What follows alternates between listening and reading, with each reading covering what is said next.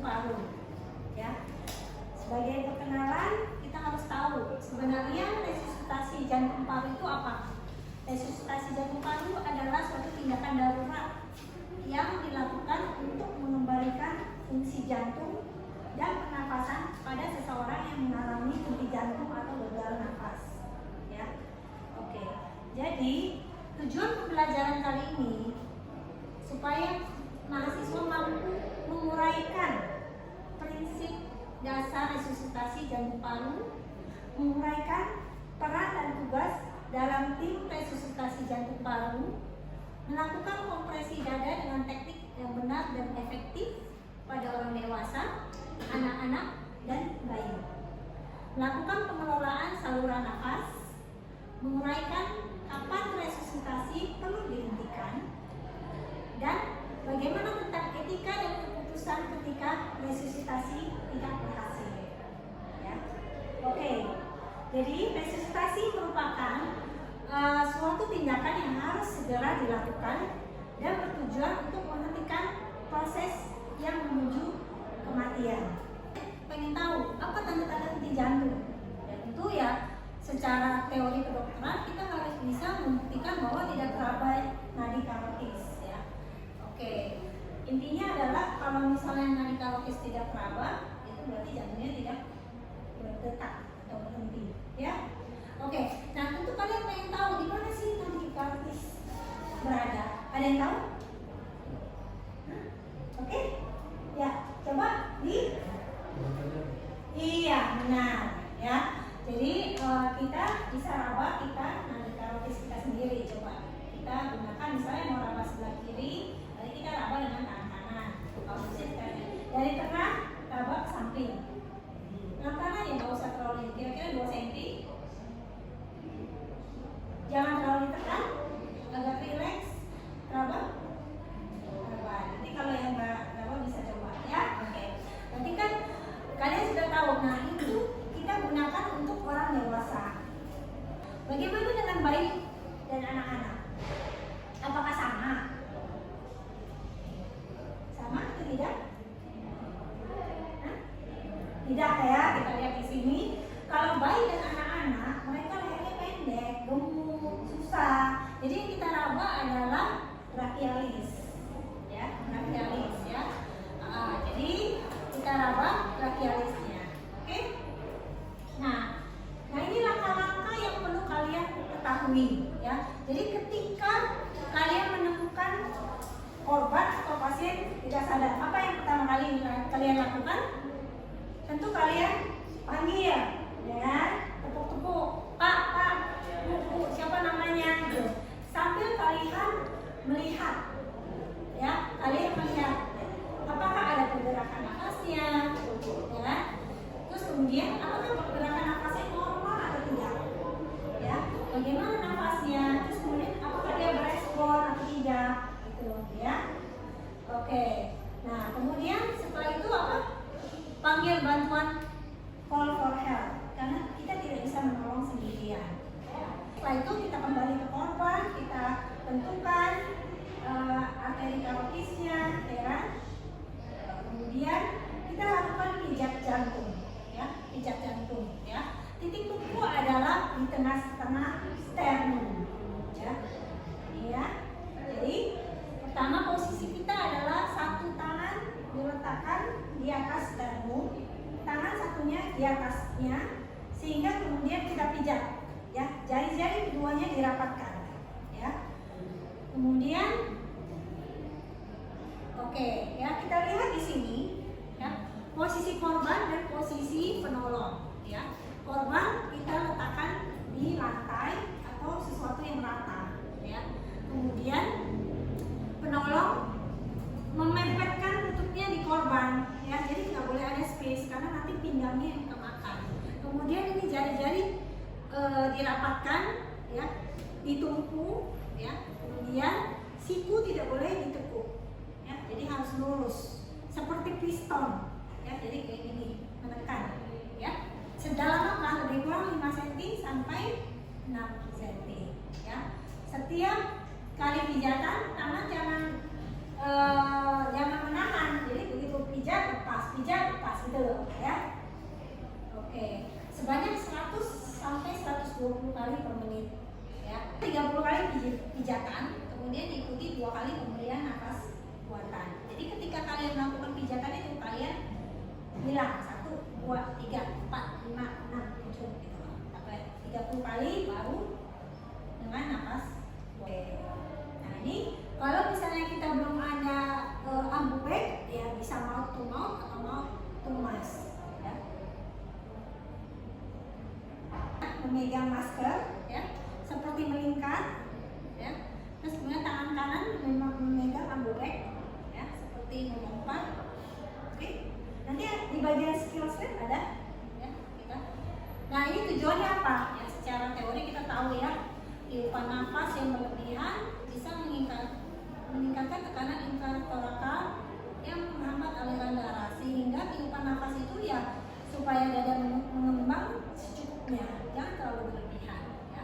Nah, ini ketika kita melakukan pijatan jantung dari luar, nah ini yang akan terjadi ya. Dari luar kan kita titik tumpunya ini ya, kita tekan. Nah, ini kan jantung, ini akan mengkompresi ya, kompresi dari luar sehingga aliran akan keluar, akan berjalan aliran darah ya. Kemudian setiap kali pijat jantung hitung dengan suara keras 1, 2, 3, 4, 5, 6, 7, 8, 9, 10 ya. Diulang lagi sampai 30 kali. Kemudian dilanjutkan dengan 2 kali pemberian nafas buatan ya. Semua ini dilakukan selama berapa lama? Selama 2 menit ya, lebih kurang 5 siklus. Nah, kalau kita bilang 1 siklus berarti 30 kali pijat, 2 kali nafas buatan. Lanjutkan siklus kedua, 30 kali pijat, 2 kali nafas buatan, sampai 5 siklus yang lebih kurang 2 menit. Baru kita evaluasi. Setiap tindakan yang kita lakukan harus kita evaluasi. Bagaimana kita cara evaluasinya? Sama, kita raba kembali karotis arterinya. Apakah sudah berdenyut atau belum? Oke? Nah, itu seperti tadi saya sampaikan bahwa kita evaluasi dengan look, listen, dan feel ya. Jadi kita melihat apakah ada pergerakan di dada, terus kita mendengar apakah ada suara nafas ya, sambil kita rasakan ya. Oke, ini yang tadi saya bilang. Oke, bagaimana jika setelah 5 siklus itu nadi masih tidak teraba? Apa yang kita lakukan? Tetap kita pompa ulang siklus pertama kembali. Makanya itulah pentingnya kita memanggil bantuan, karena kita tidak mungkin melakukan CPR terus-terusan, kita akan kehilangan ya. Nah, bantuan datang dengan obat-obatan, dengan alat yang lebih lengkap, jadi akan lebih maksimal ya. Nah, kalau misalnya pulsasinya sudah teraba apa? Kita nggak perlu pijat lagi, jantungnya kan udah teraba. Yang perlu kita lakukan adalah bantuan nafas ya, setiap 10 kali per menit. Nah, ini summary atau tabel ya, kita ambil dari itu, kita bisa lihat perbedaannya kalau orang dewasa dan anak-anak ataupun bayi ya. Kalau orang dewasa kita udah tahu ya tadi ya, kalau anak-anak itu kita hitung di atas 1 tahun, usia 1 tahun. Tapi kalau kurang dari 1 tahun kita sebut sebagai bayi. Nah, perbedaannya adalah dari 2 penolong. Nah, nanti kalau misalnya 1 atau 2 penolong untuk orang dewasa tetap pompa jantung 30 kali, dilanjutkan 2 kali pemberian nafas buatan. Tapi kalau misalnya ada 2 penolong, beda. Jadi 15 kali pijat jantung diikuti 2 kali pemberian nafas buatan.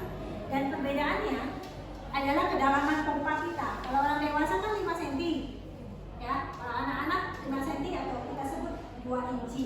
Bagaimana dengan bayi? Itu hanya perlu 4 cm saja ya, 4 cm atau 1,5 inci. Oke? Nah, ini yang 2000.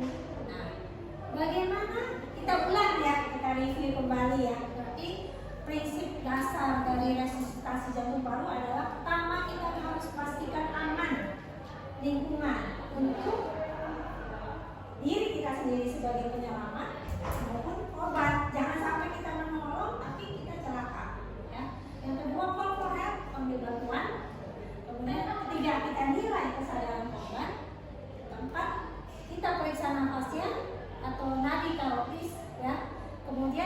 lakukan kompresi dada dengan kecepatan 100 sampai 120 kali per menit. Kemudian lakukan oleh tambahan nafas buatan. Ya. Lakukan RJP sampai berespon. Ya. Nah, ini kita lihat ada namanya automatic external defibrillator. Itu seperti di film-film yang orang shock defib. Nah, itu kita gunakan kalau ada gangguan irama jantung yang memerlukan itu. Ini akan menjadi tambahan ACLS. Kalau kita lebih ke arah basic ya, tapi harus tahu juga. Nah, dalam RJP itu ada namanya tim. Kita kan tidak sendirian menolong. Kita namanya tim. Jadi ada dibagi leader itu pemimpin atau pemompa jantung. Ya, dua-duanya ini sangat penting. Jadi biasanya timnya kalau misalnya kita bicara tentang rumah sakit, dalam satu rumah sakit itu biasanya yang tim code blue nih, kita bilang sebagai tim code blue itu tim RJP. Itu biasanya minimal 4 orang. Ya, satu leader pemimpin. Ya, biasanya dia memegang airway. Dia berdiri di kepala pasien. Yang kedua adalah pemompa jantung. Yang ketiga adalah sirkular yang memberikan infus obat, dan keempat yang mencatat serta menyiapkan obatnya. Ya, dan pemompa serta pemberi yang memasukkan obat itu bisa tukeran ganti memompa. Bisa juga tukeran dengan kepala atau leader, karena pasti capek sekali kalau memompa itu. Ya, jadi kita harus tahu peran-perannya, ya. Peran leadernya sebagai tim koordinasi, yang pemimpin dan mengkoordinasikan, ya kan? Yang menilai situasi, penilaian awal terhadap kondisi pasien, serta yang mengambil keputusan. Biasanya lanjutkan RJP atau kita sudah waktunya, kita berhenti saja, kita sudah maksimal, tidak ada respon. Ya, itu yang memantau progres serta memotivasi tim. Ayo tetap kita lanjutkan. Itu leader pemimpin ya. Kemudian kita harus tahu ada pemompa yang melakukan operasi, yang mengikuti instruksi leader, serta yang memantau respon pasien. Misalnya sudah pompa, terus kemudian dia mau cek setelah 5 siklus evaluasi dulu. Nah, dia yang ngecek juga apakah nadi karotisnya terawat atau tidak. Ya. Oke, jadi kerjasama yang baik antara leader dan pemompa jantung serta tim itu menentukan keberhasilan dari resusitasi. Ya. Oke, ini yang 2015 ya. Kemudian ini 2020 ya. Kita bisa lihat perbedaannya. Kalau yang 2015 dia sampai advanced life support, dia sebut IHCA dan OHCA. IHCA in hospital cardiac arrest. Jadi henti jantungnya terjadi di dalam rumah sakit.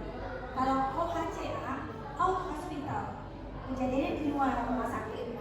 Ya, kita lihat yang di luar rumah sakit, ketika terjadi korban, kita menemukan korban, kita mengenali sambil kita melakukan CPR. Setelah kita diagnosa dulu, ya. Kemudian ketika korban yang memerlukan defib dan alat tersedia, kita lakukan defib, ya. Kemudian kita bawa ke rumah sakit dan ditindaklanjuti, ya. Tapi kalau misalnya di hospital, biasanya perawat atau keluarga yang menemukan. Kemudian mereka melapor ke perawat akan memanggil tim code blue pakai speaker di dalam rumah sakit, bilang code blue pasien di lantai berapa disebutkan, nanti timnya akan datang ke sana merawat pasiennya. Tapi perawat yang menemukannya itu melakukan dulu sambil timnya datang. Oke, jadi ini algoritmanya bisa nanti kalian lihat ya, kita lihat responsifnya, ya kan? Kemudian kita cari pertolongan, kemudian kita lakukan RJP secepat mungkin, ya. Oke. Dan ini harus lakukan segera. Jadi jangan kita pindah-pindah lagi, gitu ya. Oke, jadi keberhasilannya adalah semakin cepat kita melakukan RJP, mencari pertolongan, ya. lakukan diving segera. Ya, kemudian setelah diving dilakukan dengan pijat jantung. Oke? Bagaimana? Apakah kita terus-terusan melakukan RJP terus sampai kita lelah? Benar? Enggak kan? Oke. Jadi kira-kira berapa lama kita atau kapan perlu kita hentikan? Sudah 5 siklus kan kita evaluasi itu. 5 siklus kan baru 2 menit. Ya kan? Nah, mungkin kita langsung berhenti kan setelah 2 menit. Ya kan? Nah, kira-kira habis 5 siklus kan 2 menit kan kita evaluasi. Oh, ternyata belum ada itu terlambat. Jadi kan kita lakukan lagi. Nah, sampai kapan kita berhenti?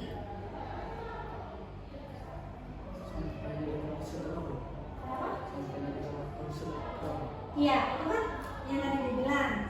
Kita evaluasinya itu setelah 5 siklus kan. Nah, 5 siklus pertama udah lewat, 5 siklus kedua udah lewat, 5 siklus ketiga udah lewat, 5 siklus keempat udah lewat. Terus selesai sampai kapan?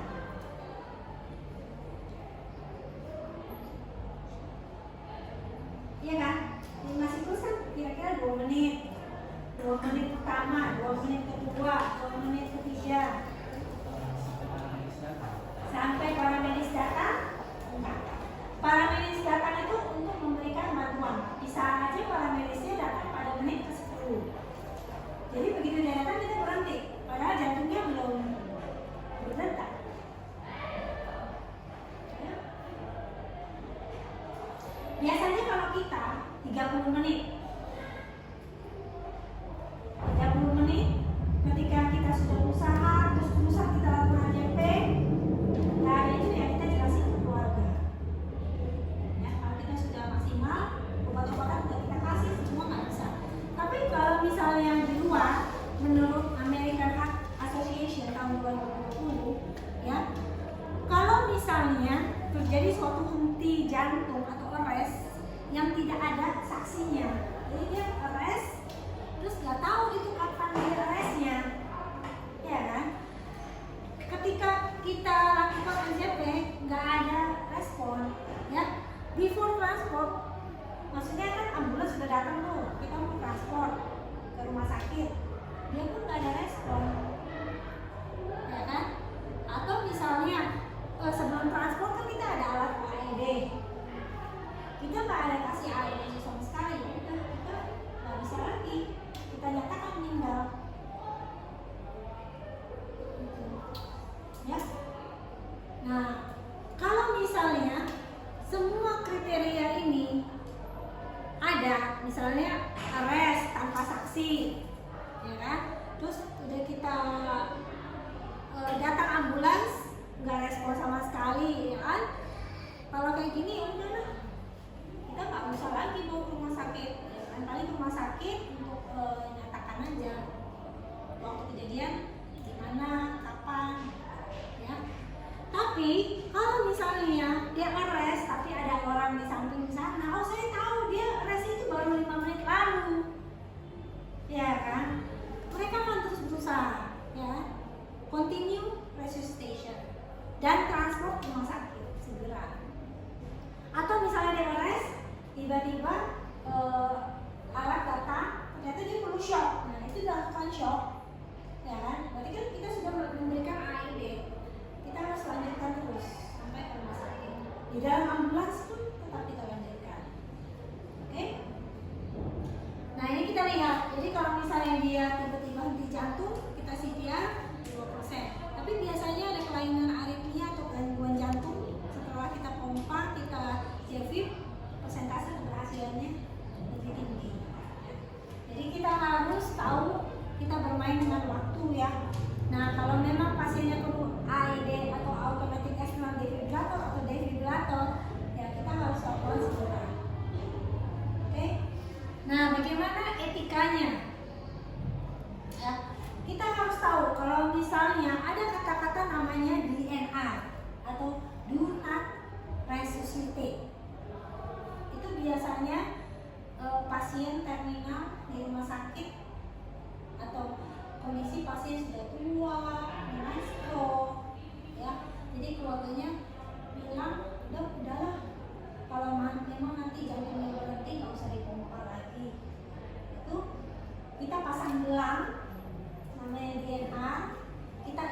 di statusnya, kita kasih tahu ke perawat sama dokter. Kalau misalnya terjadi apa-apa, tidak usah kita ke depan lagi. Jadi itu sesuatu yang harus kita hargai. Ya, itu adalah tanda dari pasien ataupun keluarganya. Ya, kalau di luar negeri mereka sering ya kayak gini, mereka ya hormati. Ketika terjadi RS ya mereka tidak melakukan apa-apa lagi. Oke? Nah, ini tetap saja RJP atau tidak kita lihat apakah tindakan itu baik untuk pasien atau tidak, atau kemungkinan resusitasi berhasil atau tidak. Ya, terus kita harus komunikasikan segala sesuatu dengan keluarga pasien. Ya, bagaimana kondisi pasien saat itu, ya, bagaimana proses yang sudah kita lakukan, terapi yang sudah kita lakukan dan hasilnya. Ya, bilang, oh ya dia kita sudah tolong jantungnya kembali, tapi kesadaran belum, atau kesadaran masih koma. Berarti kan harapannya sebenarnya tipis, tapi tetap usaha kalau keluarga mau.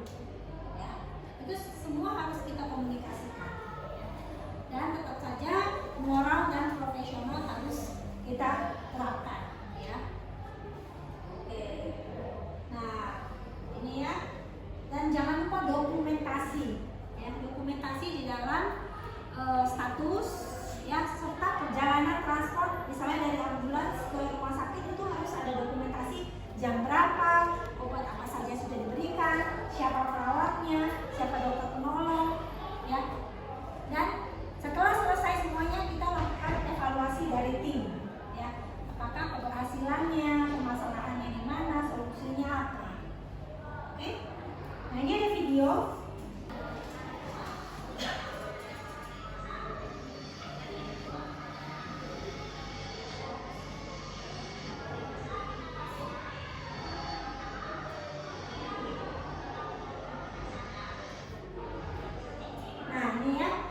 Kita lihat lateral, kita dapat ada karotisnya.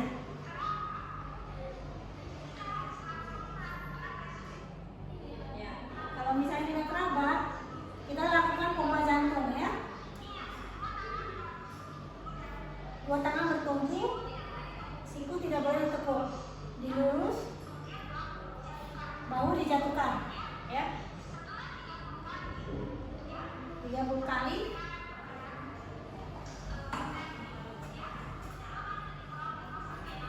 Ya, 5 sampai 6 cm kedalaman.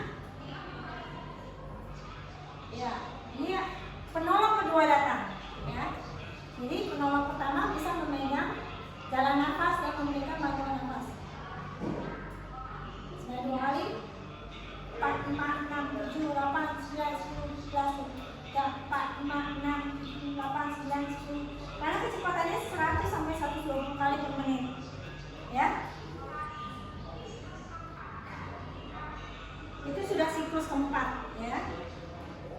Nah, oke.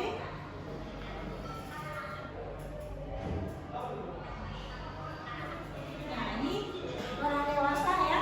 Jadi udah jelas dilakukan terus sampai penolong kedua datang, atau kita lakukan nanti setelah kita raba, nadi berhasil, nadi teraba, jadi kita berhenti, ya, atau kita nyatakan sudah 30 menit. Oke? Nah, setelah orang dewasa ini yang anak-anak, ya. Nah, anak-anak ini kita raba di brachialis, ya.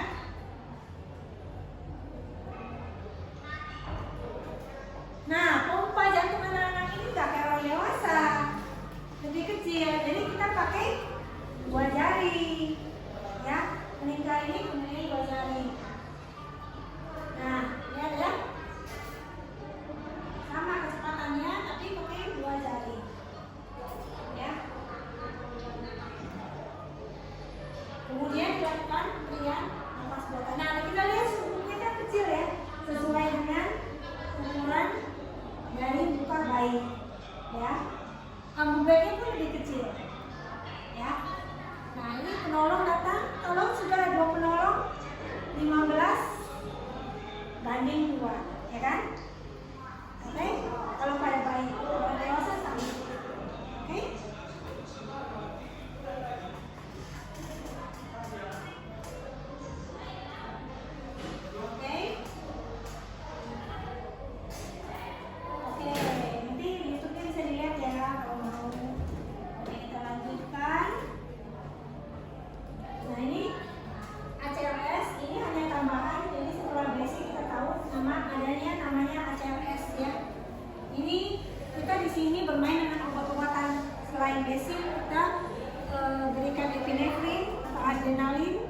payudara, lidocain, ya nanti kalian bisa baca.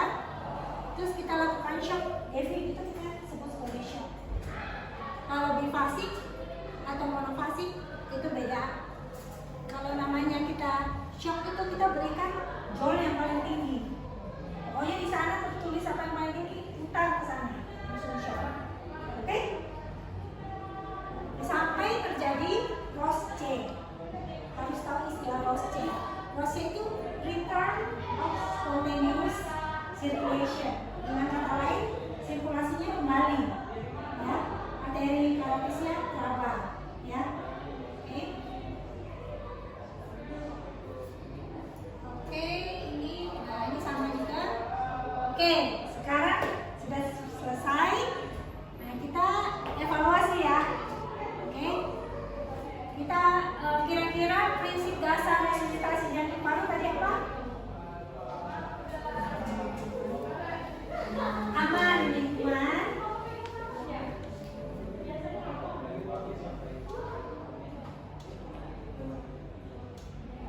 Pertama, pastikan lingkungan aman. Kemudian jangan lupa call help. Ya, nanti bantuan. Terus kemudian kita lakukan evaluasi apakah teraba atau tidak. Kemudian kita lakukan pompa jantung, ventilasi, ya, lakukan RJP, oke? Nah, kemudian yang kedua, peran dan tugas dalam tim RJP ada namanya leader, ya, leader, kemudian sama pompa jantung, oke? Bagaimana melakukan kompresi dada dan pengelolaan nafas pada orang dewasa? Kompresinya berapa kali? 30. Dengan mengelola nafas buatan. Kalau bayi, kalau 2 penolong, kalau 1 penolong 30 banding 2. Oke, kapan resusitasi dihentikan?